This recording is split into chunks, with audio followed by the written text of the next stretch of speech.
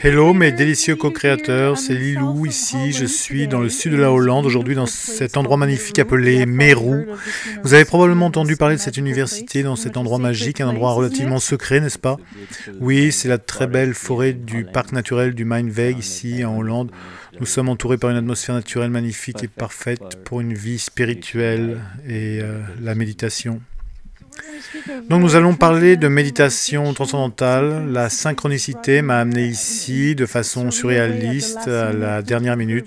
Merci de vous rendre disponible et d'avoir accepté de faire cette interview. C'est une université et un endroit où beaucoup de gens sont venus pour y étudier, pour se trouver, pour trouver la lumière et la félicité, incluant les Beatles. Oui, ils sont venus il y a longtemps, avant que l'université soit fondée par Maharishi. Mais oui, les Beatles aussi sont venus ici, mais cet endroit est la maison de la connaissance de Maharishi, un phare pour l'illumination, tel que nous l'appelons. C'est une connaissance intérieure et une procédure, un processus très naturel et sans effort pour atteindre, pour expérimenter cette essence intérieure de la vie que nous vivons tous à notre base. Et c'est la méditation transcendantale, c'est un processus par lequel l'esprit actif s'apaise vers des niveaux de plus en plus fins, de plus en plus fins, de plus en plus subtils, et ensuite il transcende sa nature, sa propre nature, le soi, en tant que conscience pure, connaissance pure, la nature absolue, illimitée, qui sous-tend tout dans la vie. Donc c'est une technique, un processus merveilleux pour obtenir l'intégrité et s'établir dans sa propre nature, sa propre félicité, son propre bonheur, sa propre sagesse, et s'aligner avec la loi naturelle de telle façon que sa vie soit vécue dans le bonheur, dans l'harmonie, et qu'elle ne viole pas les lois de la nature, qu'il accomplisse ses activités de façon évolutive, de telle façon que ses activités, son travail, la vie continue d'avancer dans le sens de l'évolution et qu'elle ait du sens. Pouvez-vous nous en dire plus sur qui était Maharishi, car vous avez travaillé avec lui pendant de nombreuses années, donc dites-nous quelle est sa philosophie, quels étaient ses objectifs, à quoi ressemblait sa vie. Oui, tout ça. Oui, c'est merveilleux. Maharishi vient d'une tradition védique très ancienne de l'Inde, la tradition de Shankaracharya, qui date de la période védique. Et la connaissance que nous recevons de cela est subjective, de la même façon que dans la science moderne, nous obtenons la connaissance de façon objective. Dans la tradition indienne de la sagesse védique, la totalité de la vie est découverte par le fait de transcender toute relativité et d'atteindre la source de toute existence et de s'établir en cela. De telle façon que l'on peut évoluer dans sa conscience. Normalement, nous connaissons les trois états de conscience, de veille, de rêve, de sommeil profond, mais dans la tradition védique, il y a davantage d'états de conscience, tels que, par exemple, l'état appelé Turiya pour la conscience transcendantale, ou le quatrième état de conscience. Des états très bien définis de l'évolution de la vie humaine vers des niveaux de la vie plus intégrés, plus unifiants. Donc ça, c'est le Veda. Le Veda signifie totalité de la connaissance, la totalité de la vie, l'essence de la vie. Comme si vous voyez une plante, une fleur, et vous voyez tellement de choses différentes, des très beaux pétales, très doux, Et il y a la fragrance là, et vous voyez les feuilles sont vertes, et les épines sont pointues, et la racine est différente.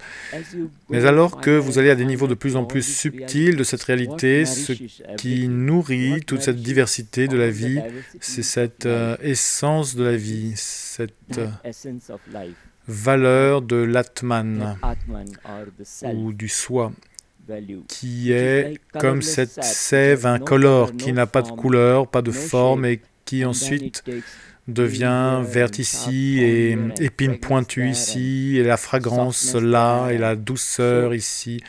Donc, au-delà de tout ce que nous faisons, au-delà de nos activités de la vie, de la diversité de la vie, il y a cette valeur fondamentale, non changeante, unifiante, qui reste vivante à l'intérieur de nous.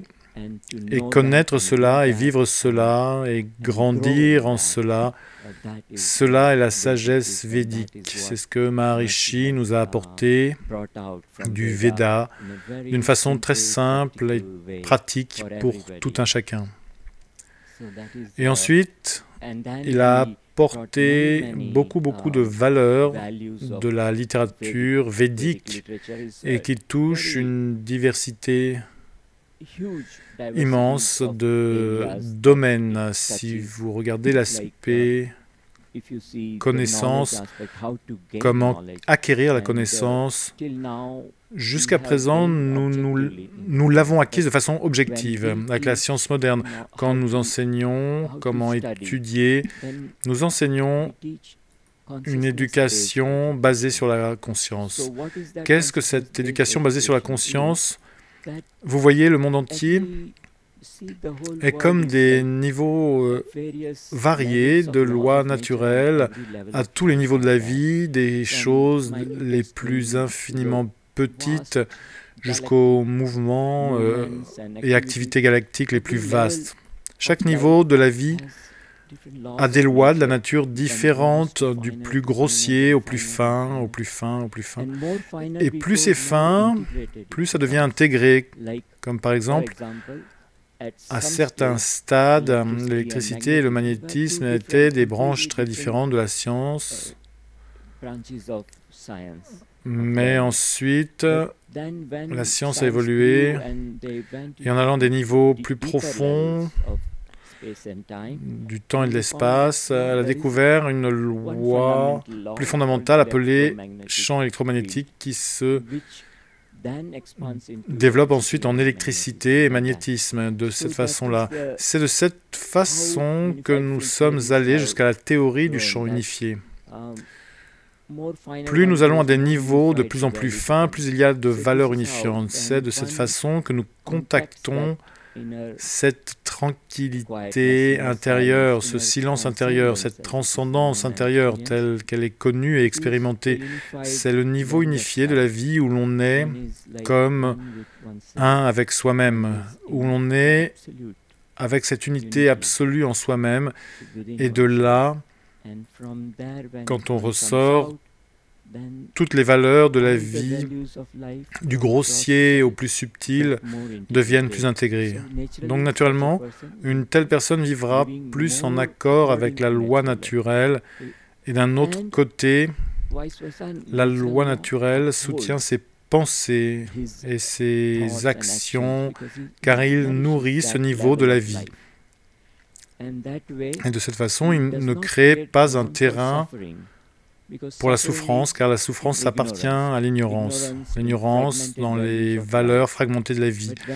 Mais quand on est plus intégré, plus sage, les valeurs les plus élevées de la vie grandissent. L'amour, l'attention, la vérité, la félicité. La félicité, tout cela. Donc, la nature de la vie à ce niveau est la conscience absolue de félicité, comme le dit Maharishi. Satchit Ananda, être, conscience, béatitude. Elle est absolue car toute relativité se finit ici et s'unifie ici. Et la félicité, la béatitude est sa propre nature et conscience car et entre guillemets conscience, car elle a cet aspect de connaissance en elle. C'est comme ça que nous savons ceci, nous savons cela, nous connaissons ces lois de la nature. Et quand nous transcendons, alors nous connaissons notre propre nature. Nous sommes libérés complètement à l'intérieur de nous. Et cela devient une valeur nourrissante pour notre vie. Comme quand nous arrosons simplement les racines et que tout dans l'arbre est nourri. Une seule action, comme ça, nous nourrissons les racines de la vie à ce niveau et vivons cette vie de manière naturelle. C'est le message de Maharishi. Il semble que ce sont des heures et des heures de méditation transcendantale qui sont nécessaires pour atteindre cet espace. Pouvons-nous peut-être voir, et je pense certaines de mes questions, et peut-être celles des gens qui regardent, il y a peut-être besoin de beaucoup d'heures de méditation pour vivre cela. Et quoi à propos de vivre la vie? Comment l'expérimenter? Non, c'est vraiment simple, facile et quotidien. N'importe qui peut méditer. C'est comme juste méditer 15-20 minutes le matin, 15-20 minutes dans l'après-midi, et c'est tout. Vous savez, c'est comme une routine quotidienne. C'est très simple, très facile, sans aucun effort, et aucun changement de style de vie est nécessaire pour faire cela.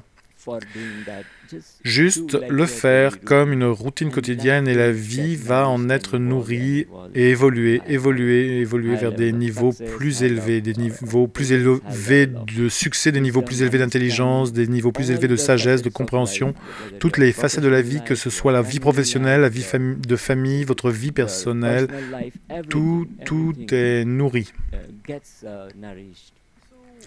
Donc, concrètement, nous fermons les yeux et nous faisons le silence. Il y a des pensées. Dites-nous, expliquez-nous le processus, car il y a quelque chose qui se passe. Donc, c'est pour cela que nous avons besoin de transcender nos pensées. Exactement, nous transcendons à partir des niveaux plus grossiers de la pensée vers des niveaux de plus en plus fins, de plus en plus fins. Et cela est le processus de la méditation. C'est très simple à apprendre. Cela prend 5 jours environ, 1h30 par jour, avec le professeur, car c'est un processus délicat, simple, mais on doit comprendre, et ensuite plus de connaissances est donnée, et on a sa propre expérience. Donc c'est une instruction personnelle. En 5 jours, on apprend cela, et ensuite on peut pratiquer régulièrement, et de temps en temps, venir au centre de méditation transcendantale et recevoir plus de connaissances et plus de programmes. De cette façon-là, c'est très bien organisé. Mais juste de telle façon que nous puissions comprendre, afin que nous puissions le ressentir un peu, car il y a tellement de types de méditation, nous pouvons nous y perdre honnêtement. Dans certaines, on doit compter, d'autres c'est juste le silence, d'autres sont basées sur la visualisation. C'est bien que vous en parliez. Celle-là se base sur la nature, la propre nature de l'esprit. Il n'y a pas de contrôle ou de concentration. Beaucoup de systèmes différents sont là, mais c'est comme... Qu'est-ce que la nature de l'esprit? C'est d'aller vers plus de bonheur, vers plus de connaissances. Et c'est cela. Comme vous savez, les niveaux intérieurs plus fins de la pensée sont plus séduisants, empreints de plus de félicité. Et donc aller vers cette félicité à l'intérieur, cette unité à l'intérieur est juste un processus naturel. C'est comme diriger dans un premier temps vers l'intérieur et ensuite se diriger vers l'intérieur. Et ensuite, on suit ce processus qui nous fait aller vers des niveaux plus fins et plus fins. Mais c'est si naturel. C'est comme, vous savez, quand nous allons au lit, comment l'état de veille va dans l'état de sommeil. Juste, nous ne faisons aucun effort ou des essais. Nous savons juste que nous voulons aller au lit. Nous nous allongeons et le sommeil vient naturellement.